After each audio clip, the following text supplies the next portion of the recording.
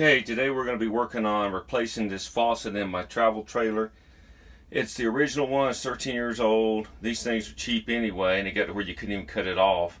Plus, I'm hoping to get a little more clearance from the next one I put in, where it works a little better. So these basically come out relatively easy. So the way this works is there's generally panels. When you open up your bottom cabinets, there's little panels there, and there's screws that hold them in.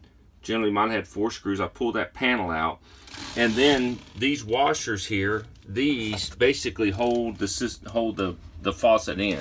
So I've already disconnected it, so I'm just going to show you.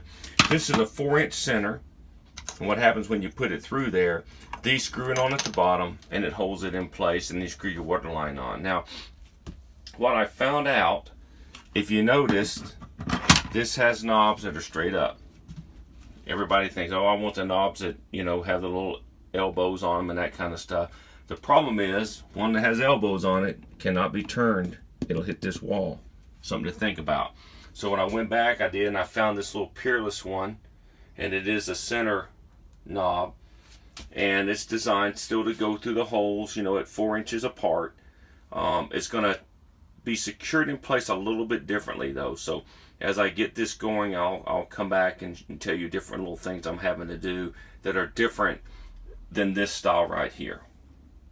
Now, one thing I'm going to do is I get some of this plumber's putty. I've always kind of done this, and I'm going to put a little bit on the bottom of this, so when I lay it down here and tighten it down, it'll create a little bit more of a water barrier here in case water gets up here, or I shouldn't say in case. When it does, it won't seep underneath and get down in here and start making this rot away.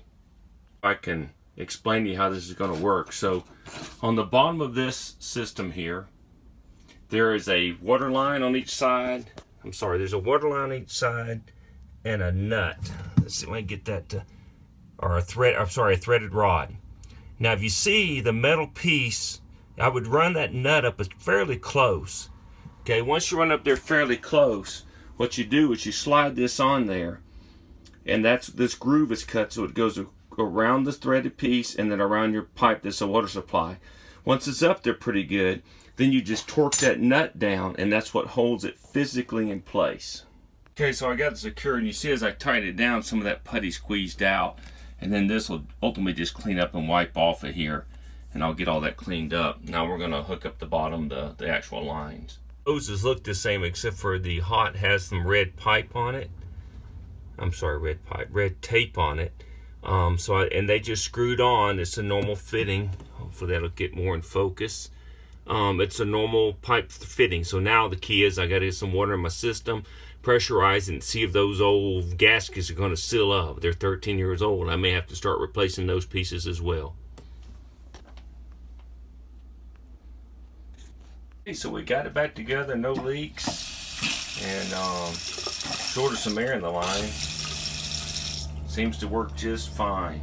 So, and it does stick out a little bit further, not much further, but it's a little higher up, so I'm hoping that it helps me anyway. So this one was fairly inexpensive. It was like $44. It's a Peerless. I may switch to something else later on that comes out a little further, but this got me going. I'm supposed to go out on a trip next week, so this gets me rolling again.